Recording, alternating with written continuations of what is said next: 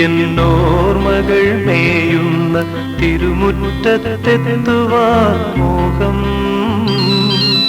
ഒരു വട്ടം കൂടിയെന്നോർമകൾ മേയുന്ന തിരുമുറ്റത്തെത്തുവാൻ മോഹം. തിരുമുറ്റത്തൊരു കോണിൽ നിൽക്കുന്നൊരാ നെല്ലി മരമൊന്നുലുത്തുവാൻ മോഹം. മരമൊന്നുലുത്തുവാൻ മോഹം.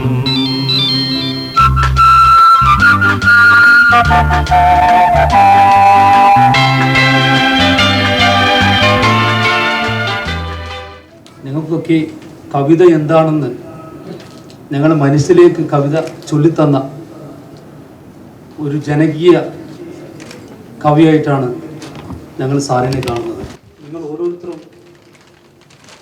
കേട്ടറിഞ്ഞു നന്നായി അനുഭവിച്ചറിഞ്ഞിട്ടുള്ള ചില്ലു എന്ന സിനിമയിലെ ആ സുന്ദരമായ ഒരു വട്ടം കൂടിയ ഓർമ്മകൾ മേയുന്ന തിരുമുറ്റത്തെത്തുവാൻ മോഹം എന്ന് തുടങ്ങുന്ന ആ ഗാനം മനസ്സിൽ കൊണ്ടു നടക്കാത്ത, അല്ലെങ്കിൽ പ്രൈവറ്റായി സ്വന്തമായി മൂളിപ്പാടാത്ത മലയാളം അറിയാവുന്ന ഒരു മലയാളി ഈ ലോകത്ത് എവിടെയെങ്കിലും ഉണ്ടോ എന്ന് തന്നെ സംശയമാണ്.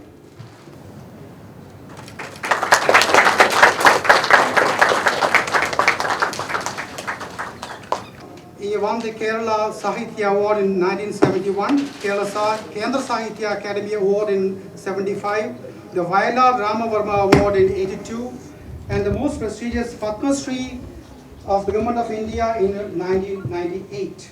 Okay.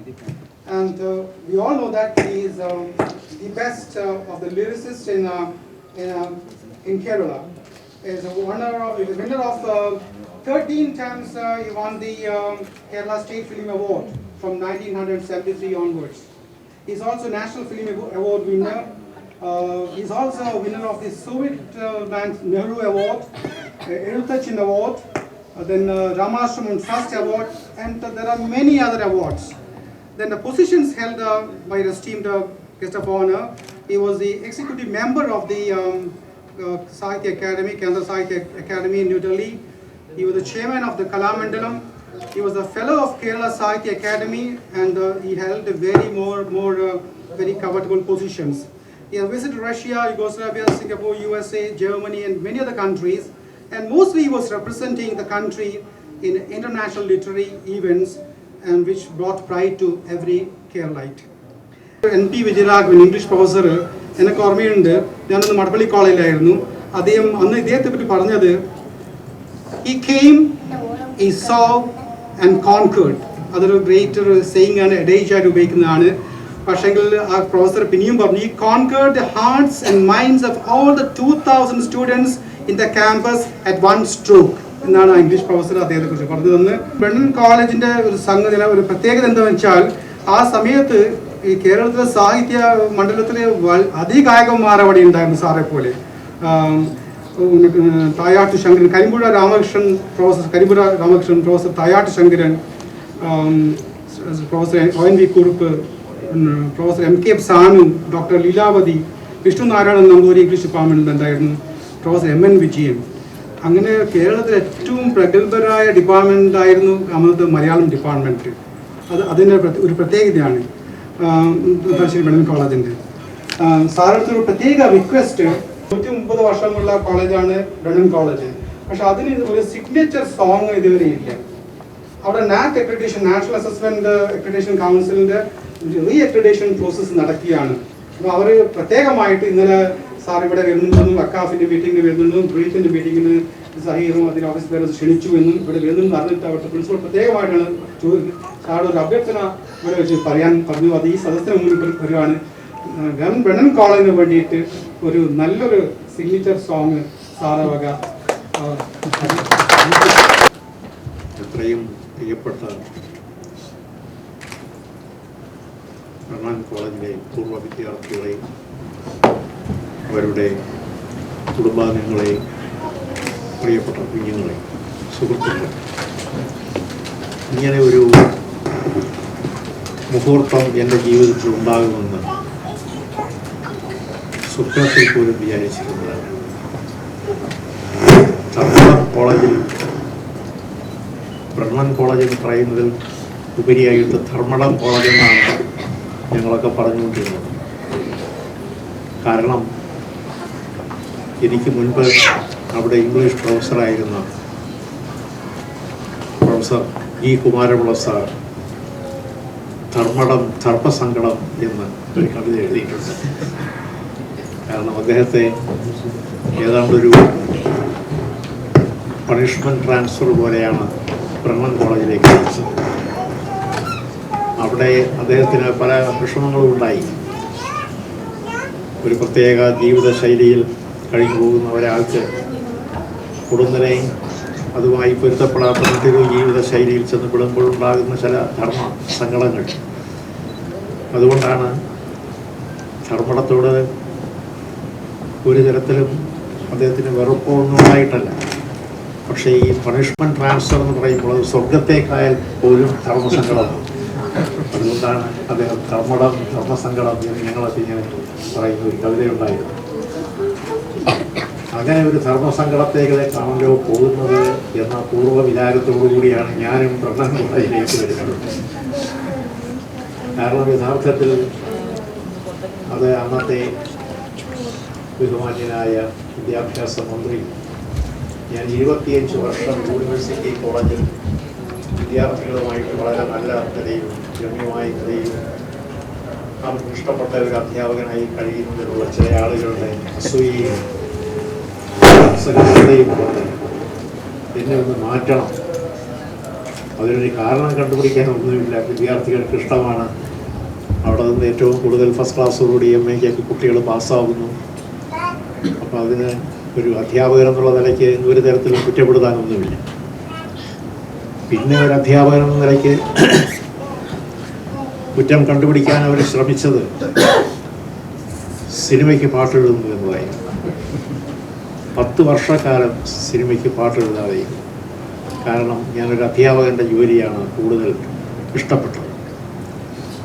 ആ അധ്യാപകൻ്റെ ജോലിക്ക് വേണ്ടി, കാരണം പുതിയ തലമുറയുമായിട്ട് അങ്ങനെ ബന്ധപ്പെടുകയും എൻ്റെ മുന്നിലൂടെ പുതിയ തലമുറ ഒരു നദി പോലെ അങ്ങനെ ഒഴുകിപ്പോകുന്നത് കണ്ടതിൻ്റെ തീരത്ത് നിന്ന് സന്തോഷിക്കുകയും ചെയ്യുന്നതിൽ പരം സിനിമയ്ക്ക് പാട്ടെഴുതുന്നത് എനിക്ക് ആകർഷകമായ ഒരു ജോലിയായി തോന്നിയില്ല. സ്വന്തം സുഖത്തിന് പാട്ടെഴുതണമെങ്കിൽ നമുക്ക് എഴുതി വായിച്ചു കളഞ്ഞാൽ മതിയല്ലോ എന്ന് വിചാരിച്ചു.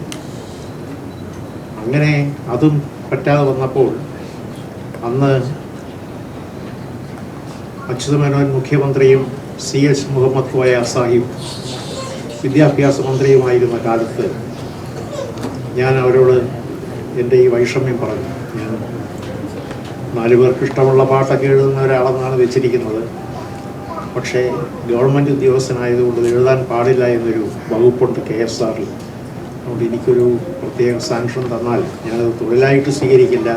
പക്ഷേ വളരെ ഇഷ്ടപ്പെട്ട ചില ആളുകളുടെ കൂടെ പ്രവർത്തിക്കാനായിട്ട് സൗകര്യം വന്നാൽ ഒരു പാട്ട് എഴുതുന്നതിന് സാങ്കേതിക തടസ്സം ഉണ്ടാവാതിരിക്കാൻ എനിക്കൊരു എക്സംഷൻ തരുമെന്ന് ചോദിച്ചു. അവർ രണ്ടുപേരും കൂടി വളരെ ഭംഗിയായിട്ട് ആലോചിച്ചിട്ട് ഈ KSR നിയമത്തിന് വലിയ ദോഷമൊന്നും വരാത്ത തരത്തിൽ എനിക്ക് വളരെ അനുഗ്രഹമായി തീർന്ന ഒരു സ്പെഷ്യൽ സാങ്ഷൻ തരികയുണ്ടായി. അതിനുശേഷമാണ് ആദ്യമായി സലിൽ ചൗധരിയുടെ കൂടെ ചേർന്ന് സ്വപ്നം എന്ന ചിത്രത്തിന് പാട്ട് ഉണ്ടാക്കി. അതിനുശേഷം ഞാൻ 200ഓളം സിനിമകൾക്ക് പാട്ട് എഴുതിയിട്ടുണ്ട്. ചിലത് വളരെ മോശപ്പെട്ട സിനിമകളായും എങ്കിലും G. ദേവരാജൻ, ബാബുരാജ്, സലിൽ ചൗധരി, MB ശ്രീനിവാസൻ, ബോംബെ രവി, രഘുനാഥ് സേത്ത്, തൊട്ട് താഴെ രവീന്ദ്രൻ, ജോൺസൺ തുടങ്ങിയ നിരവധി പേരുമായി ചേർന്ന് ഞാൻ കുറേ പാട്ടുകൾ എഴുതി. അതിൽ കുറേ പാട്ടൊക്കെ നല്ലതാണെന്ന് നിങ്ങൾ പറയുന്നത് കൊണ്ട് എനിക്ക് സന്തോഷമാണ്.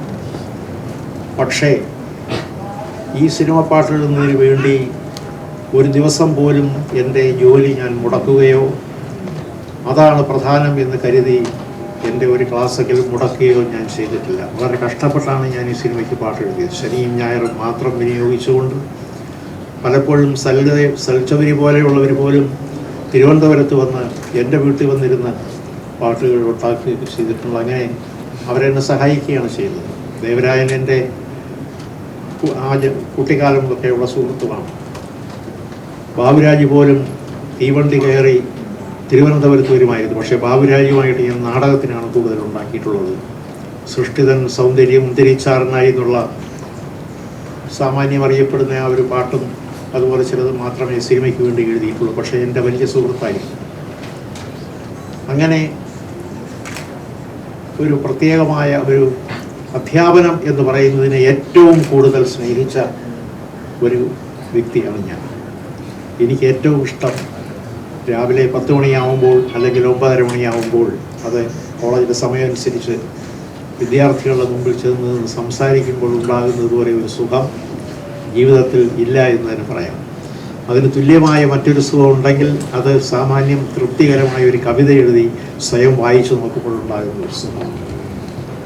ഈ 2 സുഖങ്ങളാണ് ജീവിതത്തിൽ ഏറ്റവും വലിയ സുഖം. കാരണം എന്തെങ്കിലുമൊക്കെ ചില പ്രശ്നങ്ങളൊക്കെ ഉണ്ടായി നമ്മുടെ മനസ്സ് വളരെ വിഷമിച്ചിരിക്കുമ്പോൾ പോലും ക്ലാസ് മുറിയിലേക്ക് ചെല്ലുകയും നമുക്കിഷ്ടപ്പെട്ട ഒരു സാഹിത്യകൃതി പഠിപ്പിച്ചുകൊണ്ടിരിക്കുകയും ചെയ്യുമ്പോൾ നമ്മൾ സ്വയം മറക്കുന്നു. നമ്മുടെ സ്വന്തം ഗാർഹിക വൈഷമ്യങ്ങളോ അല്ലെങ്കിൽ മറ്റു വൈഷമ്യങ്ങളോ എല്ലാം മറന്ന് നമ്മൾ 1 മണിക്കൂർ പീരീഡാണ് കോളേജുകളിൽ. 55 മിനിറ്റ് പഠിപ്പിക്കണം, 5 മിനിറ്റ് ഹാജർ വയ്ക്കണം എന്നാണ് വെച്ചിരിക്കുന്നത്. ഞാൻ ഹാജർ പോലും വയ്ക്കാറില്ല. ആരെങ്കിലും തീർത്തും വരാത്ത 2-4 പേരുടെ പേരെഴുതി കൊടുക്കുക, ഞാൻ ഹാജർ പോലും വയ്ക്കാറില്ല. കാരണം അവരുടെ ഇഷ്ടമാണ്, അവർ വന്ന് പഠിക്കട്ടെ. ആ സമയം കൂടി പഠിപ്പിക്കുകയാണ് ചെയ്തിട്ടുള്ളത്. ചിലപ്പോൾ 65-70 മിനിറ്റ് വരെ പഠിപ്പിച്ചതും വരും. കാരണം പഠിപ്പിക്കുക എന്ന് പറയുന്ന അതൊരു തൊഴിലല്ല, നേരെ മറിച്ച് അതൊരു ആത്മനിയോഗമാണ് എന്ന് ഞാൻ ഇപ്പോഴും വിചാരിക്കും. ഇപ്പോഴും ഞാൻ റിട്ടയർ ചെയ്തിട്ട് ഇപ്പോൾ 10 പതിറ്റാണ്ടുകളായി. 1986 ബ്രണ്ണൻ കോളേജിൽ നിന്ന് 84 പിരിഞ്ഞു പോകുന്നതിന് ശേഷം 1.5 വർഷം കൂടി ജോലി ചെയ്തു. അങ്ങനെ ഗവൺമെൻറ് വിമൻസ് കോളേജിൽ നിന്നാണ് റിട്ടയർ ചെയ്തത്. യൂണിവേഴ്സിറ്റി കോളേജിലേക്ക് എന്നെ പിന്നെ കയറ്റിയില്ല.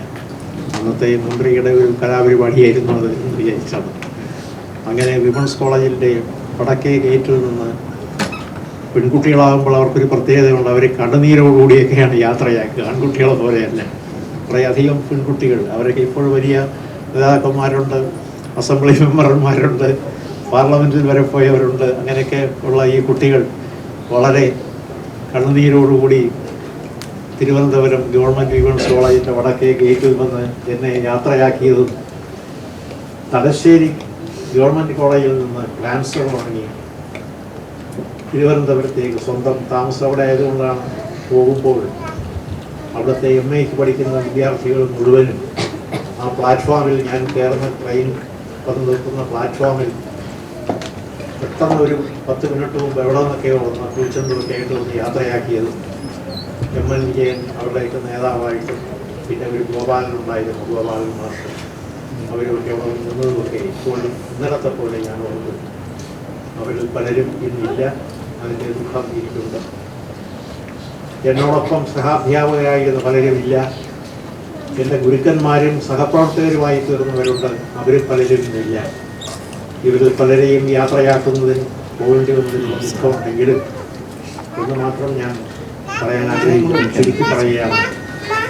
ഞങ്ങൾ അധ്യാപകരായിരുന്ന കാലത്ത് അത് ഒരു വലിയ ഇംഗ്ലീഷ് വാക്ക് പറഞ്ഞാൽ നിങ്ങൾക്കൊക്കെ മനസ്സിലാകും. അതിൻ്റെ മലയാളം ഇല്ല, അതിന് സംസ്കൃത വാക്കാണ് പറയുന്നത്. It was A great grand fraternity of teachers and disciples. ഈ ഫ്രറ്റേണിറ്റിയിൽ ടീച്ചേഴ്സും ഡിസൈപ്പിൾസും ഉണ്ടെന്ന് ഞാൻ പറയുന്നു. കാരണം ഒരു കുടുംബമായിരുന്നു. ഇന്ന് പലപ്പോഴും അധ്യാപകർ വിദ്യാർത്ഥികൾക്കെതിരാവും, വിദ്യാർത്ഥികൾ അധ്യാപകർക്കെതിരാവും. പല സമരങ്ങളും തന്നെ അധ്യാപകനും വിദ്യാർത്ഥിയും തമ്മിലുള്ള ഈഗോ ക്ലാഷ് എന്നൊക്കെ പറയും. അത് ഈ ഫ്രറ്റേണിറ്റി ഇല്ലാത്തതുകൊണ്ടാണ്. അന്ന് എൻ്റെ അധ്യാപകരിൽ നിന്ന് എനിക്ക് എന്തെല്ലാം ലഭിച്ചോ അത് മുഴുവനും എൻ്റെ വിദ്യാർത്ഥികൾക്ക് കൊടുക്കണം എന്ന് എനിക്ക് ഒരു സ്വയം നിയക്തതാ ബോധം, ഞാൻ സ്വയം തീരുമാനിച്ച് ഉണ്ടാകുന്ന ഒരു ബോധം ഉണ്ടായി. അതുപോലെ ഒരു വിദ്യാർത്ഥിയെ ശിക്ഷിച്ചല്ല ഒരു ഗുരുനാഥൻ അയാളുടെ കഴിവ് കാണിക്കേണ്ടത്, നേരെ മറിച്ച് ഏതെങ്കിലും തരത്തിൽ രക്ഷിക്കാനൊരവസരം കിട്ടിയാൽ രക്ഷിച്ചാണ് എന്ന് ഞാൻ കരുതുന്നു. ഇതിനെല്ലാം അടിത്തറയായിട്ടുള്ള സംഗതി എന്താണെന്ന് വെച്ചാൽ ഈ ലോകത്തെ നിലനിർത്തുന്നത് ഈ കഴിഞ്ഞ തലമുറ ഇപ്പോഴത്തെ തലമുറ പുതിയ തലമുറയ്ക്കും ഈ സ്നേഹം കൊണ്ടുള്ള ഒരു കെട്ടുപാട് ഉണ്ടാകുമ്പോൾ മാത്രമേ ഈ മനുഷ്യൻ എന്ന് പറയുന്ന ആ ജീവിയുടെ പ്രത്യേകത, അയാളുടെ മനുഷ്യത്വം എന്ന ഗുണം ഉപ്പിന് കാരം എന്നതുപോലെ ഉണ്ടാവുകയുള്ളൂ. ഉപ്പിനതിൻ്റെ കാരം നഷ്ടപ്പെട്ടാൽ പിന്നെ എന്തിനു കൊള്ളാമെന്നൊരു ചോദ്യമുണ്ട്. അതുപോലെ ഒരു ചോദ്യമാണ് മനുഷ്യത്വം നഷ്ടപ്പെട്ടാൽ പിന്നെ എന്താ ഉള്ളത്? ഒന്നുമില്ല. ഞാനൊരു നല്ല മതത്തിൽ വിശ്വസിക്കുന്ന ആളാണോ ഇല്ലയോ എന്ന് ചോദിച്ചാൽ അതെൻ്റെ സ്വന്തം വ്യക്തിപരമായ ഇഷ്ടമാണ്. വിശ്വസിക്കുകയോ വിശ്വസിക്കാതിരിക്കുകയോ ചെയ്യാം. മറ്റൊരാളിൻ്റെ വിശ്വാസത്തെ നമുക്ക് ബഹുമാനിക്കുകയും വേണം. പക്ഷേ അതിലെല്ലാം ഉപരിയായിട്ട് ഞാൻ മനസ്സിലാക്കി വച്ചിരിക്കുന്നത് ഇതാണ്: concern for the other person is the starting point of civilisation. Starting point of civilisation എന്ന് ഞാൻ പറയാൻ കാരണം അത് സിവിലൈസേഷൻ്റെ ആദ്യ ബിന്ദു പടി മാത്രമാണ്. അവിടെ നിന്ന് വളർന്നങ്ങനെ പോകും. കാരണം ഈ കൾച്ചർ എന്ന് പറയുന്നത് അഗ്രികൾച്ചറിൻ്റെ ഒരു ബൈ പ്രോഡക്റ്റാണ്. ബൈ പ്രോഡക്റ്റ് എന്ന് വെച്ചാൽ നിങ്ങൾക്കറിയാം, ഉപോൽപ്പന്നം എന്ന് വേണമെങ്കിൽ മലയാളത്തിൽ പറയാം. അഗ്രികൾച്ചർ ഉള്ളിടത്ത് മാത്രമേ കൾച്ചർ ഉണ്ടായിട്ടുള്ളൂ, അല്ലാത്തിടത്ത് കൾച്ചർ ഉണ്ടാകാൻ സാധ്യമല്ല. കാരണം ഈ അഗ്രികൾച്ചർ എന്ന് പറയുന്നത് ഞാനിപ്പോൾ വിതയ്ക്കുന്നു, 10 വിത്തുകളെടുത്ത് വിതയ്ക്കുന്നു, ഇത് വലുതായി അതിൽ നിന്നുണ്ടാകുന്ന കതിരുകൾ നെല്ലായി അരിയായി ഏത് വീട്ടിൽ ആർക്കാണ് പ്രയോജനപ്പെടുന്നതെന്ന് എനിക്കറിയില്ല. അപ്പോൾ അത് മറ്റാർക്ക് വേണ്ടി ഞാൻ ചെയ്യുന്നതാണ്.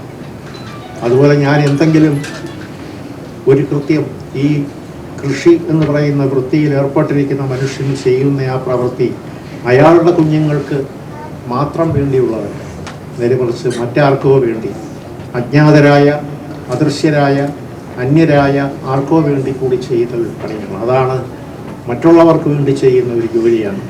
അതാണ് concern for the other person. അങ്ങനെ മറ്റുള്ളവരോടുള്ള ഒരു കൺസേൺ, ആ കൺസേൺ എന്നുള്ള വാക്കിന് മലയാളത്തിൽ സത്യം പറഞ്ഞാൽ അതിൻ്റെ പൂർണ്ണമായ അർത്ഥത്തിൽ ഒരു വാക്കില്ല. താല്പര്യം എന്ന് പറഞ്ഞാൽ വെറും ഇൻട്രസ്റ്റാണ്. അത് ഇൻട്രസ്റ്റ് അല്ല. കൺസേൺ എന്ന് പറയുമ്പോൾ അത് ഉത്കണ്ഠയാണോ? അത് ആങ്സൈറ്റി അല്ല. നേരെ മറിച്ച് കൺസേൺ എന്ന് പറയുമ്പോൾ എൻ്റെ ദാഹത്തെക്കാൾ വലുതാണ് മറ്റൊരാളിൻ്റെ ദാഹം എന്ന് എനിക്ക് ഒരു ബോധമുണ്ടാകുമ്പോഴാണ് കൺസേൺ ഉണ്ടാകുന്നത്. അതിന് സാമാന്യമായി ഉത്കണ്ഠ എന്ന് വേണമെങ്കിൽ പറയാം. His need is greater than mine എന്ന് പറയുന്ന ഒരു മനോഭാവം. ആ ഒരു മനോഭാവത്തിൽ നിന്നാണ് അഗ്രികൾച്ചർ ഉണ്ടാകുന്നത്. ആ അഗ്രികൾച്ചറിൻ്റെ ഒരു ബൈ പ്രോഡക്റ്റാണ് അഗ്രികൾച്ചറിൽ ഏർപ്പെട്ടിരുന്ന ആളുകൾ അവരുടെ ഇടവേളകളിൽ, ഒഴിവുവേളകളിൽ അവരറിയാതെ തന്നെ പാടിപ്പോയ പാട്ടുകളിൽ നിന്നും, അവരറിയാതെ വരച്ച ചിത്രങ്ങളിൽ നിന്നും, അവരറിയാതെ മറ്റൊരാളിനോട് പറഞ്ഞ കുറച്ച് കൽപ്പനകളും ഭാവനകളും ഒക്കെ ചേർത്ത് പറഞ്ഞ കഥകളിൽ നിന്നും ഒക്കെയാണ് ഈ സംസ്കാരം, സാഹിത്യം എന്ന് പറയുന്നതെല്ലാം ഉണ്ടായത്. അതുകൊണ്ട് കലയായാലും സാഹിത്യമായാലും സംഗീതമായാലും ഇതെല്ലാം തന്നെ അന്യരുടെ നേർക്കുള്ള എൻ്റെ ഉത്കണ്ഠ ഉണ്ടാകുന്നതാണ്. എൻ്റെ മാത്രം കാര്യങ്ങളിലുള്ള എൻ്റെ ദാഹം ശമിപ്പിക്കാൻ എന്ത് വേണം എന്നതല്ല. അതിന് തീർച്ചയായിട്ടും ഒരു മനുഷ്യൻ അയാളുടെ ദാഹം ശമിപ്പിക്കാനുള്ള അവകാശമുണ്ട്, അയാളുടെ വിശപ്പടക്കാനുള്ള അവകാശമുണ്ട്, അയാൾക്ക് സ്നേഹിക്കുവാനും ഒരു കുടുംബം കെട്ടിപ്പടുക്കുവാനും കുഞ്ഞുങ്ങളെ വളർത്തുവാനും ഒക്കെ അയാൾക്ക് അവകാശമുണ്ട്. പക്ഷേ അതുപോലെ തന്നെ ഈ മാനുഷികത്തോട്, ദി എൻറ്റയർ ഹ്യൂമാനിറ്റി, അതിനോട് നമുക്ക് ഒരു കൺസേൺ ഉണ്ടാകും. അതാണ് concern for the other person. The other person എന്ന് ഞാൻ പറയുന്നത് ഒരു വലിയ കളക്റ്റീവ് നൗണായിട്ടാണ് പറയുന്നത്.